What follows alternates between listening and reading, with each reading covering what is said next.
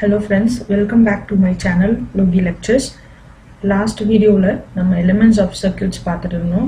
So அதுல voltage source, current source முடிச்சிருந்தோம். இன்னைக்கு resistor, inductor, capacitor பார்க்கலாம். Actual definitionsக்கு போறதுக்கு முன்னாடி என்னோட ஸ்டைல்ல நான் ஒரு சின்ன analogy சொல்றேன். So அதை வச்சு உங்களால remember பண்ணிக்க முடியுதான்னு பாருங்க. Okay, let me start like this. நம்ம வந்து ஒரு travel பண்ண போறோம். Say we are going to start from a point P. ஏதோ ஒரு வெஹிக்கிள்ல போயிட்டு இருக்கும், சே காரோ இல்ல ஏதோ ஒரு வெஹிக்கிள்ல போயிட்டு இருக்கும். சடன்லி ஒரு டோல் பிளாசா வருது. ஸோ டோல் பிளாசால என்ன பண்ணுவோம்? we drop few bucks, அதாவது அங்க காசு கொடுத்துட்டு போயிடுவோம். ஸோ இந்த இடத்துல நம்ம என்ன பண்றோம்?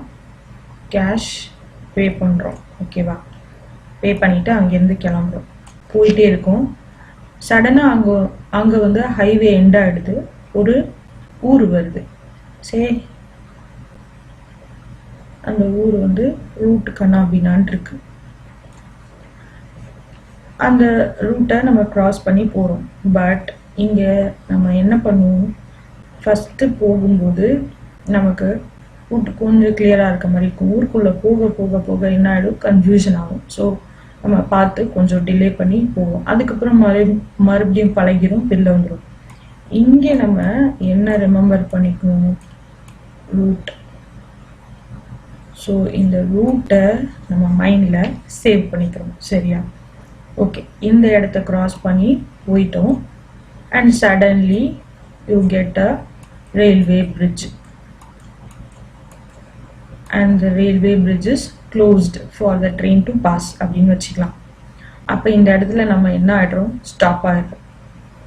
இந்த இடத்துல நம்ம ஸ்டாப் ஆகுற மாதிரியே நமக்கு பின்னாடி வர நிறைய பேர் ஸ்டாப் ஆகுறாங்க. ஓகே, சே வெஹிக்கிள் ஏ பி சி டி அந்த மாதிரி நிறைய வெஹிக்கிள் ஸ்டாப் ஆகுறாங்க. அப்புறம் நீங்க பார்த்தீங்கன்னா இது ரயில்வே ட்ராக்.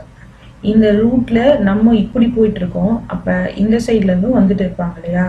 சே சம் XYZ அவங்களும் இங்க ஸ்டாப் ஆயிருக்காங்க. ஸோ இந்த சிக்னல் முடிஞ்ச பிறகுதான் நம்ம இந்த பார்ட்டை கிராஸ் பண்ண முடியும். இங்கே நம்ம என்ன ஞாபகம் வச்சுக்கணும்? the time. எப்போ இந்த ட்ரெயின் அதாவது எப்போ இங்க சிக்னல் வந்து போடுவாங்க அதை ஞாபகம் வச்சுக்கணும். ஸோ நெக்ஸ்ட் டைம் நம்ம வரும்போது ஃபர்ஸ்ட் இந்த இடத்துல கேஷ் நம்ம பே பண்ணி தான் ஆகணும். நம்ம இங்க ஒண்ணுமே ஞாபகம் வச்சுக்கிட்டாங்க. இந்த ரூட்ல கண்டிப்பா இங்க டோல் பூத் இருக்கு, கேஷ் பே பண்ணி தான் ஆகணும். ஸோ இந்த இடத்துல நம்ம என்ன பண்றோம்? இங்க வந்து மணியை வேஸ்ட் பண்ணிட்டு இருக்கோம். ஓகே, அடுத்தது இங்க இந்த ஊருக்குள்ள வரும்போது இங்க என்ன பண்றோம்? இங்க வந்து ரூட்டை ரிமெம்பர் பண்றோம். ஸோ இதை வந்து ஸ்டோர் பண்றோம். அடுத்து இந்த ரயில்வே ட்ராக் கிராஸ் பண்ணும்போது இங்க என்ன பண்றோம்? டைமை வந்து ஸ்டோர் பண்ணிக்கணும் மைண்ட்ல. ஓகேவா? அதுக்கப்புறம் நம்மளோட டெஸ்டினேஷன், ஏதோ ஒரு டெஸ்டினேஷனுக்கு போயிட்டு ரீச் ஆகும். ரைட், இப்போ இந்த டிராவல் பாத்தை நான் வந்து ஒரு சர்க்கியூட் பாத்துக்கும் ஒரு சர்க்கியூட் எலமெண்ட்ஸ்க்கும் ரிலேட் பண்ண போறேன். So current I passes through a resistor. இந்த இடத்துல என்ன ஆகுது? I²R பவர் வேஸ்ட் ஆகுது. ஓகே, பவர் வேஸ்ட் ஆகுது இந்த இடத்துல. அப்புறம்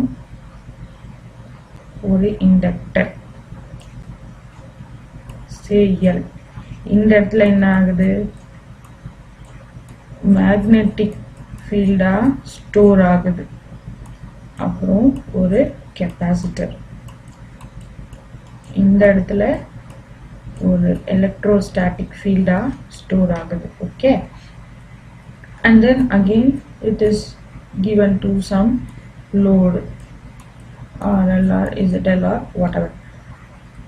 ஸோ இங்கே நான் என்ன பண்ணியிருக்கேன்? ஜஸ்ட்டு ஒரு அனலாகியை கிரியேட் பண்ணியிருக்கேன். ஸோ இந்த ரூட் வந்து ஒரே ரூட் தான். அப்போ என்ன இங்கே ஆகுது? டிஃப்ரெண்ட் ஃபார்ம்ஸில் எனர்ஜி எனக்கு வேஸ்ட் ஆகுது, அப்படி இல்லைன்னா ஸ்டோர் ஆகுது. ஸோ இங்கே அது மாதிரி தான், இங்கே ரெசிஸ்டன்ஸில் ஹீட்டாக டெசிபேட் ஆகிடுது பவர், ஸோ அது வேஸ்ட்டு தான். அதுக்கப்புறம் இண்டக்டன்ஸில் ஸ்டோர் பண்ணுறோம், எலக்ட்ரோ மேக்னெட்டிக் எனர்ஜியாக ஸ்டோர் பண்ணுறோம், ஸோ எலக்ட்ரோ மேக்னெட்டிக் எனர்ஜி. அடுத்து ஒரு கெப்பாசிட்டர், கெப்பாசிட்டரில் எலக்ட்ரோஸ்டாட்டிக் எனர்ஜியாக ஸ்டோர் பண்ணுறோம். ஓகேவா? ஸோ ஒரே கரண்ட் தான், but different properties of the material. இதை தான் நம்ம வந்து டிஃப்ரெண்ட் எலிமெண்ட்ஸாக டிஃப்ரென்ஷியேட் பண்ணுறோம், ரெசிஸ்டர், இண்டக்டர், கெப்பாசிட்டர் அப்படின்னு சொல்லி. ஓகேவா? இப்போ நம்ம ப்ராப்பர் டெஃபினிஷன் போய் பார்க்கலாம். Right. Resistance, it is the property of conductor to oppose flow of current. அவ்வளோதான், கரண்ட் ஃப்ளோவை எதிர்க்கிறது, அதுதான் resistance. So it consumes energy. அதை பார்த்துட்டோம். அதை மாடல் பண்ணுறதுக்கு யூஸ் ஆகிற எலிமெண்ட் பேர் resistor. And basic formula for resistance R is equal to rho L by A. So இந்த rho L A எல்லாமே physical components of a resistor. So எல்ன்றது length, ஏன்றது ஏரியா, ரோன்றது ரெசிஸ்டிவிட்டி. அண்ட் இந்த மூணுமே ஒரு ஒரு மெட்டீரியலுக்கு ஒரு ஒரு ரெசிஸ்டருக்கு சேஞ்ச் ஆகிட்டே இருக்கும். காப்பரில் இருக்கக்கூடிய கண்டக்டர், அலுமினியமில் இருக்கக்கூடிய கண்டக்டர், அந்த மாதிரி டிஃப்ரெண்ட் மெட்டீரியல்ஸ், டிஃப்ரெண்ட் மெட்டல்ஸ்க்கு டிஃப்ரெண்ட் ரெசிஸ்டிவிட்டி இருக்கும். அண்ட் எல்என் ஏரியான்றது நாம் எந்த லென்த்தில் டிசைன் பண்ணியிருக்கோம், என்ன ஏரியா ஆஃப் கிராஸ் செக்ஷனில் டிசைன் பண்ணியிருக்கோம் அப்படின்றத பொறுத்து அதுவும் ஆகிட்டே இருக்குது. அப்போ ரெசிஸ்டன்ஸ், அப்போது ரெசிஸ்டன்ஸ்ன்றது it is depending on the physical properties of the metal out of which the conductor is made. ஓகேவா? And super conductivity or super conductor அப்படின்னு ஒன்று இருக்காது. என்னன்னு சொன்னால், if resistance becomes equal to 0, any conducting material is called as a super conductor. But அந்த மாதிரி ஒன்று இருக்க வாய்ப்பு கிடையாது. ஆனால் அதுக்கு சிமிலராக ப்ராப்பர்ட்டிஸை அச்சீவ் பண்ணியிருக்காங்க at different temperatures. So certain metals behave as superconductor at certain temperatures. அதில் இது mercury behaves as a superconductor, rho is equal to 0 பாருங்க, at 4.15 Kelvin or around 4 Kelvin of temperature. So different டெம்பரேச்சர்ஸில் metals வந்து டிஃப்ரெண்ட்டாக behave பண்ணுது, அதுவும் நமக்கு இதுலேருந்து புரியுது. அதுக்கு தான் இன்னொரு ஒரு formula RT equal to R0 into 1 plus alpha T அப்படின்னு போட்டிருக்கோம். ஸோ R0ன்றது ரெசிஸ்டன்ட் அட் 0 டிகிரி, ஸோ ரெஃபரன்ஸ்னு சொல்லிக்கலாம்.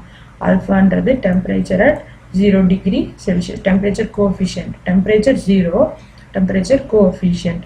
So it is positive for conductor, negative for semiconductor. And Tன்றது சேஞ்ச் இன் டெம்பரேச்சர், அதாவது 0லேருந்து என்ன டெம்பரேச்சருக்கு மாறுது அப்படின்றது தான் T. அப்போ RT is the resistance at new temperature. Okay, so இந்த ரெண்டு ஃபார்முலா ரிமெம்பர் பண்ணிக்கலாம் ரெசிஸ்டன்ஸ்க்கு. So power dissipated in a resistor is given as I square R or V square by R. And energy dW is equal to P into dt or W is equal to integration P dt.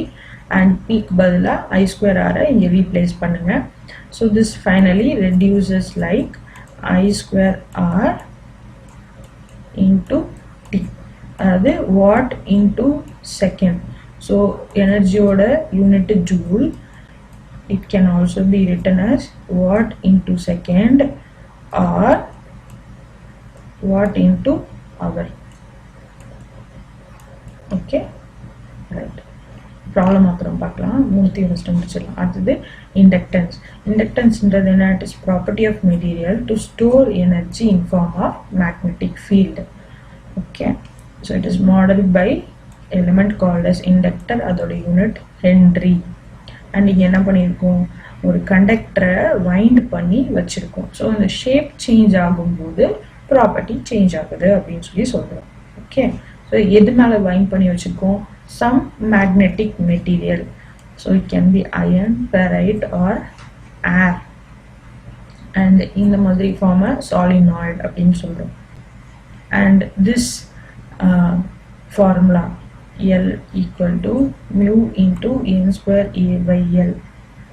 So இது எப்படி வந்ததுன்னு field தியரியில் நம்ம பார்க்கலாம். Just இந்த formula மட்டும் ஞாபகம் வச்சுக்கோங்க. மியூன்றது permeability. அப்போ permeability என்ன சொல்லுது, எந்த அளவுக்கு மேக்னெட்டிக் ஃபீல்டை ஒரு மெட்டல் வந்து அலோவ் பண்ணும் அப்படின்றது தான் permeability. So mu is equal to mu naught into mu r, absolute permeability, relative permeability. இது வந்து ஒரு கான்ஸ்டன்ட், 4×10⁻⁻7 ஹென்ரி per மீட்டர் ஞாபகம் வச்சுக்கணும். இப்போ என்னன்றது என்ன, number of turns. So wind பண்ணதுனால தான் இண்டக்டன்ஸ் ப்ராப்பர்ட்டியே வந்துச்சு. அப்போ n நம்பர் ஆஃப் டர்ன்ஸ், ஏன்றது area of cross section of the core. Okay, எது மேலே வைண்ட் பண்ணிக்கணும் அதோட ஏரியா ஆஃப் கிராஸ் செக்ஷன். எல்ன்றது length of the solenoid or length of the inductor, effective length அப்படின்னு சொல்லலாம். இந்த solenoid இந்த ஷேப்ல நம்ம மாற்றணும் அப்படின்னு சொன்னா இதுக்கு பேரு டொராய்டு. ஓகே, ஸோ இங்கேருந்து என்ன மாறும்னா இந்த denominator L is equal to 2πr நீங்க கொடுக்க போறோம். பிகாஸ் இது வந்து ஒரு ஸ்ட்ரெயிட் கண்டக்டர் லென்த் இருந்துச்சு. இது வந்து நம்ம என்ன பண்ணியிருக்கோம்னா ஒரு சர்க்கிள் மாதிரி டிசைன் பண்ணியிருக்கோம். அப்போ இதுக்கு வந்து லென்த் இருக்காது, அதுக்கு பதிலாக சர்க்கம்ஃபரன்ஸ் எடுத்துக்கலாம். அதுலேயும் மீன் சர்க்கம்ஃபரன்ஸ் என்ன சொல்கிறேன்னா இன்னர் ரேடியஸ் வேறு இருக்கும், அவுட்டர் ரேடியஸ் வேறு இருக்கும், அதனால மீன் சர்க்கம்ஃபரன்ஸ் அப்படின்னு சொல்கிறோம். ஓகேவா? அண்ட் கம்மிங் டு திஸ், இது வந்து μr for different magnetic materials ஞாபகம் வச்சுக்கோங்க. ஸோ 1 மார்க்கில் கேட்கலாம். அப்போ μr is greater than 1000 for ferromagnetic materials. அதனால தான் மோஸ்ட்லி மோட்டர்ஸு டிரான்ஸ்ஃபார்மர்லாம் நம்ம iron core, ferrite core use பண்ணுவோம். அதுதான் அதிகமான permeability இருக்கு. So that it creates more magnetic field or magnetic flux. இந்த சைடு வாங்க. ஸோ நம்ம என்ன சொல்கிறோம், இண்டக்டன்ஸ் எலக்ட்ரிக்கலாக டிஃபைன் பண்ணணும்னு சொன்னால் inductance is a property by which it opposes change of current அப்படின்னு சொல்லுவோம். So V is proportional to di by dt, change of current. Okay, and this proportionality constant is L. So in the formula and I எழுதணும்னு சொன்னா I is equal to 1 by L integration V dt எழுதலாம். Integration ஓட limits பாருங்க, -infinity to t அப்படின்னு போடுறோம். அதை மறுபடியும் பிரிச்சு -infinity to 0, 0 to t அப்படின்னு சொல்றோம். அப்ப 0 இன்ஸ்டன்ட்டுக்கு முன்னாடி உள்ள டேர்ம் தான் இது. அதை நம்ம இனிஷியல் கரண்ட் அப்படின்னு சொல்ல போகிறோம். ஸோ இண்டக்டன்ஸில் இனிஷியலாக கரண்ட்டை ஸ்டோர் பண்ணுறதுக்கான சாய்ஸ் இருக்குது. Initial current of a inductor அப்படின்னு சொல்கிறோம். And power P is equal to V into I, or விக்கு பதிலாக L into di by dt போட்டிங்கன்னா இந்த formula through instantaneous power. Energy WL half Li square, energy stored in inductor. இதெல்லாம் field தியரியில் நம்ம பார்க்கலாம். வேற என்னென்னா ரிமெம்பர் பண்ணிக்கணும் அப்படின்னா under DC di by dt equal to 0. டிசினா கான்ஸ்டன்ட் கரண்ட் இருக்கும், அப்போ di by dt 0 இருக்கும். அப்போ V equal to 0. இப்போ இண்டக்டர் வந்து ஷார்ட் சர்க்யூட்டாக ஆக்ட் ஆகும். டிசியில் இண்டக்டர் வந்து ஷார்ட் சர்க்யூட்டாக ஆக்ட் ஆகும். And one more important property, inductor does not allow sudden change of current. ஓகேவா? அப்போ சேஞ்ச் ஆஃப் கரண்ட்டை அப்போஸ் பண்ணுவோம். ரெசிஸ்டர் என்ன பண்ணுவோம், ஃப்ளோ ஆஃப் கரண்ட் அப்போஸ் பண்ணுவோம். இண்டக்டர் என்ன பண்ணும், சேஞ்ச் ஆஃப் கரண்ட்டை அப்போஸ் பண்ணுவோம். அதுக்கு பேர் இண்டக்டிவ் ரியாக்டன்ஸ் அப்படின்னு சொல்கிறோம். அப்போ அதுக்கு சம் எனர்ஜி வேணும் இல்லையா, அதோட மெஷரபிள் குவான்டிட்டியாக இண்டக்டிவ் ரியாக்டன்ஸை போடுறோம். So XL equal to 2πf into L. இதில் F equal to 0 பண்ணுங்க, அப்போ XL 0 ஆகிடும். அப்போ L வந்து ஷார்ட் சர்க்யூட்டாக ஆக்ட் ஆகும், அதாவது ரெசிஸ்டன்ஸே ஆஃபர் பண்ணாது சேஞ்ச் ஆஃப் கரண்ட்டுக்கு. அப்போ ஷார்ட் சர்க்யூட்டாக ஆக்ட் ஆகும். எஃப்ஐ இன்க்ரீஸ் பண்ணணும்னு சொன்னால் L வந்து ஓப்பன் சர்க்யூட்டாக ஆக்ட் ஆகும். ஓகே, ஸோ எஃப் இன்க்ரீஸ் ஆகிடுச்சுன்னா எக்ஸல் குவான்டிட்டி வந்து இன்ஃபைனைட் போடும். இன்ஃபைனைட் ஆகிடுச்சுன்னா it does not allow change of current, open சர்க்யூட்டாக ஆக்ட் ஆகும். அண்ட் இதோட குவான்டிட்டியை மெஷர் பண்ணுறதுக்கு ஒரு டைம் கான்ஸ்டன்ட் யூஸ் பண்ணுறோம். ஸோ ஒரு சர்க்யூட்டில் இருக்கக்கூடிய இண்டக்டன்ஸ் அண்ட் ரெசிஸ்டன்ஸை பொறுத்து டைம் கான்ஸ்டன்ட் இருக்குது. டைம் கான்ஸ்டன்ட் எதை ரெப்ரசன்ட் பண்ணுறதுன்னா எவ்வளோ டைமுக்கு, அதாவது வித் ரெஸ்பெக்ட் டு டைம் தான் சொல்கிறோம். Change of current with respect to time தான் சொல்கிறோம். அப்போ இவ்வளோ வேல்யூ ஆஃப் டைமுக்கு நம்மளோட இண்டக்டன்ஸ் வந்து சடன் சேஞ்சை அலோவ் பண்ணாது, அதுதான் டைம் கான்ஸ்டன்ட் சொல்கிறோம்.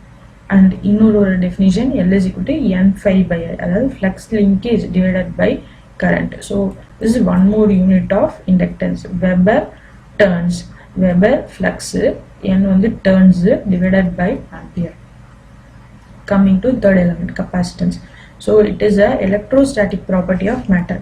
அப்ப இது வந்து என்ன பண்ணும், it stores energy in form of static field, electrostatic field, okay, in form of static charges. And அதோட element வந்து capacitor. Different types of capacitor, electrolytic, ceramic, polyester, இதெல்லாம் ஞாபகம் வச்சுக்கலாம். The unit வந்து farad. And see, capacitor இப்படி தான் நம்ம design பண்ணிருப்போம். So two plates, one is connected to the plus side of the voltage and one plate is connected to minus side of the voltage, and the two plates are separated by some distance and it is filled with some insulator. Up C is equal to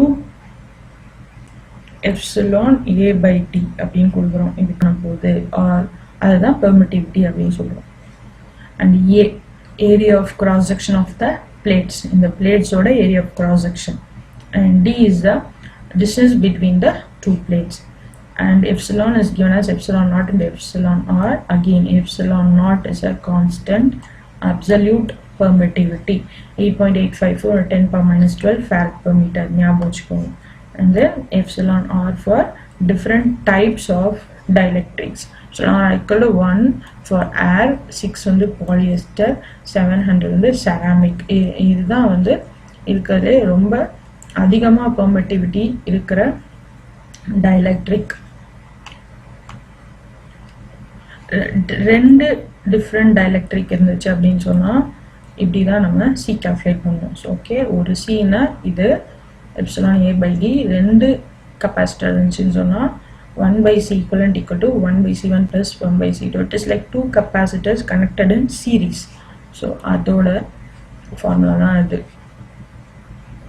And as per definition, இங்க வந்து என்ன electrostatic charge store ஆகுதுன்னு சொல்றோம். So the charge is proportional to the applied voltage, and this proportionality constant is given by C. But C equal to Q by V. Another important formula, C equal to Q by V. அப்ப unit வந்து என்ன, farad or coulomb per volt ன்னு சொல்லலாம். coulomb per volt, one more unit. அப்ப dq by dt இதுல போடுங்க. dq by dt is equal to C into dv by dt. Just change it into differentiation and divide by dt. dq by dt equal to C into dv by dt ன்னு வருமா. dq by dt is nothing but current. This dq by dt is nothing but current. I equal to C into dv by dt அப்படின்னு வரும். And இதுல இருந்து V find out பண்ணா V is equal to 1 by C integration I dt ன்னு வரும். இங்கேயும் limits வந்து minus infinity to t ன்னு போடுறோம். So அதை split பண்ணி minus infinity to 0, 0 to t அப்படின்னு split பண்றோம். And this minus infinity to 0 தான் V naught ன்னு போட்டிருக்கோம். So இங்க என்ன ஆகுது, initial voltage. So capacitor has a choice of holding some initial voltage, and power P is equal to V into I. I க்கு பதிலா C into dv by dt ன்னு போட்டுருக்கோம். So instantaneous power formula ஞாபகம் வச்சுக்கோங்க. Energy WC இது. So half CV square is the energy stored in capacitance. Okay, so இங்க என்னலாம் remember பண்ணணும், for DC dv by dt equal to 0. So இங்க வந்து voltage change allow பண்ணாது. So dv by dt equal to 0, I is equal to 0 னா open circuit act ஆகும். Inductor நாவா act ஆகும், DC ல short act ஆகும். Capacitor வந்து DC ல open act ஆகும். And see, it does not allow sudden change in voltage. Okay, so அந்த property என்னன்னு சொல்றோம் இங்க, capacitive reactance. Okay, இது வந்து என்ன பண்ணும், dv by dt oppose பண்ணும். அதை வந்து capacitive reactance சொல்றோம். X equal to 1 divided by 2 pi f into C. So இது ஒரு formula. அப்ப f 0 இருந்தா C வந்து infinity or open circuit. F infinity இருந்தா C வந்து 0 or short circuit. இது ஞாபகம் வச்சுக்கோங்க. And time constant tau is given as tau equal to R into C. Okay va? So இதெல்லாம் இதை நம்ம ஞாபகம் வச்சுக்கணும். So overall ரெசிஸ்டன்ஸ், இண்டக்டன்ஸ், கெப்பாசிட்டன்ஸ்னா என்னன்னு பார்த்துருக்கோம். அது ரிலேட்டடாக ப்ராப்ளம்ஸ் பார்க்கணும் இல்லையா? ஸோ இந்த ரெசிஸ்டன்ஸில் ஒரு ப்ராப்ளம் பார்த்துடலாம். A cube shaped material with 2 ohms resistance between any of its opposite face is stretched in one direction. என்ன கொடுத்துருக்காங்க? Stretched in one direction by applying a linear force to double its original length. So length வந்து double ஆயிடுச்சு. Find the new resistance. So let me take the old resistance as R1. So இது old resistance R1, இது வந்து new resistance. ஆனால் எப்படி போட்டிருங்க பாருங்க, R1 equal to rho L by A தெரியும், rho L1 by A1, இங்கே வந்து rho L2 by A2 போட்டிருக்கேன். rho வந்து சேஞ்ச் ஆகாது, மெட்டீரியல் சேஞ்ச் ஆகல, ஸோ rho சேஞ்ச் ஆகுது. L1 L2 ஓகே, பிகாஸ் அவங்களே சொல்லிட்டாங்க லென்த் வந்து சேஞ்ச் ஆகுதுன்னு சொல்லிட்டு. ஆனால் A1 A2வும் சேஞ்ச் ஆகிருக்கு. ஆப்வியஸ்லி லென்த் சேஞ்ச் ஆகும்போது A1 A2 சேஞ்ச் ஆகும். ஸோ இது வந்து ஃபஸ்ட்டு ரெசிஸ்டர் வச்சுட்டா இதை நான் டபுளாக ஸ்ட்ரெச் பண்ணுறேன். அப்போ ஆப்வியஸ்லி எனக்கு ஏரியா ஆஃப் கிராஸ் செக்ஷன் குறையுது. இங்கே அது கியூபாக இருக்கலாம், இல்லை சிலிண்டராக இருக்கலாம், ஓகேவா? பட் ஆப்வியஸ்லி எனக்கு ஏரியா ஆஃப் கிராஸ் செக்ஷன் குறையுது. அப்போ A1 A2 அப்படின்னு தான் நம்ம போடணும். இப்போ இந்த ரெண்டு ரிலேஷன்ஷிப் எடுத்துட்டா காமனாக ஒரே ஒரு ஃபேக்டர் தான் இருக்குது, ரெடியூஸ் பண்ண முடியாது. நம்ம இங்கே என்ன பண்ணுறோன்னு பாருங்கள், R1 வந்து multiply and divide by L1 and R2 வந்து multiply and divide by L2. இங்கே A1 இன்ட்டு L1 வீன்னு வந்துச்சு, A2 இன்ட்டு L2 வீன்னு வந்துச்சு. அதாவது area into length volume, area into length volume, ஓகேவா? எனக்கு லென்த்து ஏரியா ரெண்டும் டிஃபர் ஆனாலும் வால்யூம் டிஃபர் ஆகாது. ஏன்னா இதை நான் வந்து லென்த்தை மட்டும்தான் ஸ்ட்ரெச் பண்ணிக்கணே தவிர எதுவும் நான் இதுலேருந்து ஸ்க்ராப் பண்ணி எடுக்கலை, எதுவும் எக்ஸ்ட்ராவாக ஆட் பண்ணல. அப்போ வால்யூம் எனக்கு சேஞ்ச் ஆகாது. ஸோ வால்யூம் எலிமெண்ட் இங்கே கொண்டு வந்துட்டேன். இப்போ பாருங்கள், R1 by R2 அப்படியே ரேஷியோ ஓடுங்க. R1 divided by R2 equal to rho by V காமனாக போயிடுமா? So L1 square divided by L2 ஸ்கொயர்னு வருமா? அண்ட் என்ன கொடுத்துருக்காங்க, L2 equal to 2 times of L1 கொடுத்துருக்காங்க. அது இதில் சப்ஸ்டியூட் பண்ணால் 2 times of L1 ஸ்கொயர் அப்படின்னு போட்டால் 4 L1 ஸ்கொயர் வரும். L1 ஸ்கொயர் கேன்சல் ஆகி 1/4 வரும் இல்லையா? which means R2 is equal to 4 இந்த சைட் போயிடுமா? So R1 by R2 equal to 1/4னா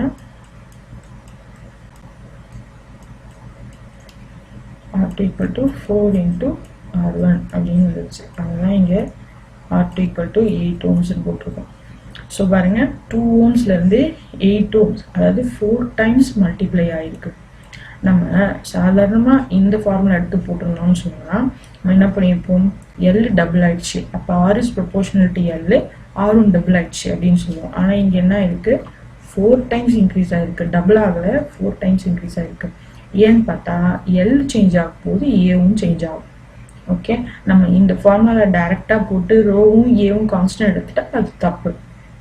so இந்த மாதிரி ப்ராப்ளம் கொடுத்தாங்கன்னா அதை பார்த்து போடுங்க. அண்ட் இந்த டைப் ப்ராப்ளம் வந்து வெரி வெரி இம்பார்ட்டன்ட் ப்ராப்ளம், ஓகேவா? சரி, ஓகே. ஸோ மீதி இருக்க ப்ராப்ளம்ஸு நெக்ஸ்ட் கிளாஸில் பார்க்கலாம். தேங்க்யூ.